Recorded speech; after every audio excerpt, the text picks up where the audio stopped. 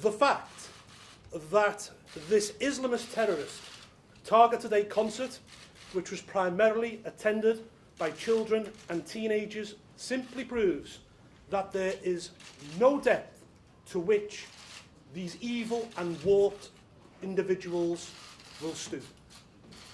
When I was elected leader of Ukip 6 months ago, I was clear right away that the threat posed to our country by Islamic fundamentalism was one of the major issues I, and indeed all politicians, would face in the coming years. I also identified the need to take a far more muscular approach to social integration and against segregation as a key policy area. Today's Ukip manifesto underlines all three of those priorities.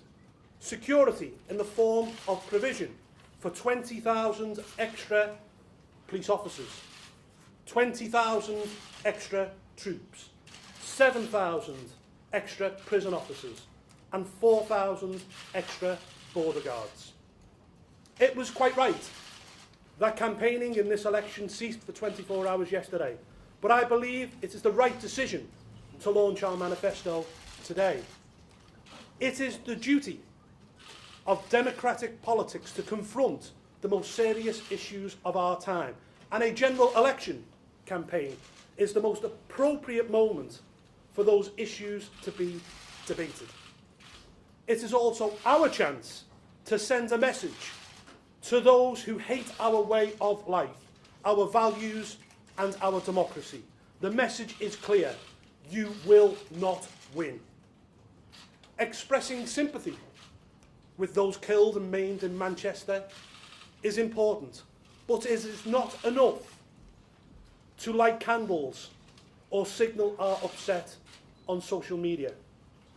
I was criticised by certain sections of the media for calling radical Islam a cancer in our society following the Westminster attack.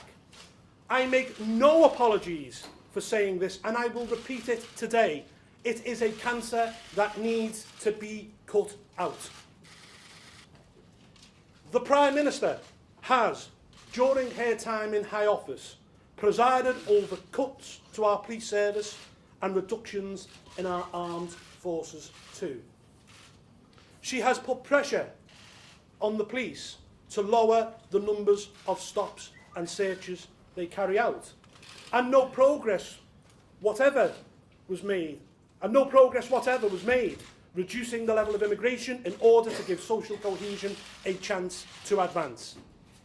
This, despite Mrs May's pledge to bring net migration down to the tens of thousands. And indeed, this morning it was announced that we have added a city the size of Hull to our population in the last year.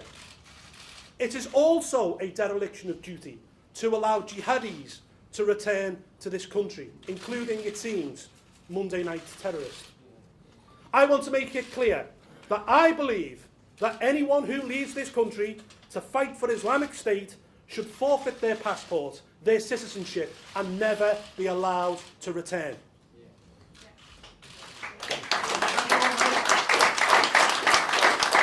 We have laid out 6 key Brexit tests that we feel need to be met to ensure that we get the kind of Brexit that people voted for last year.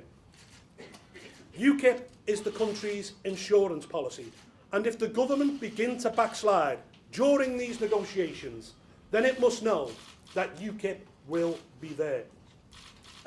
We will also be the party that stands up for gender equality, freedom of expression, and equality before the law, and make sure that these values are applied in every community within our country.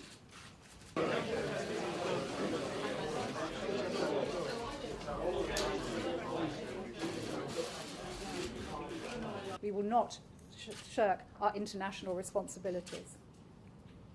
So what else is only average wage of £26,000 a year? Not only that, we'll create jobs as we go.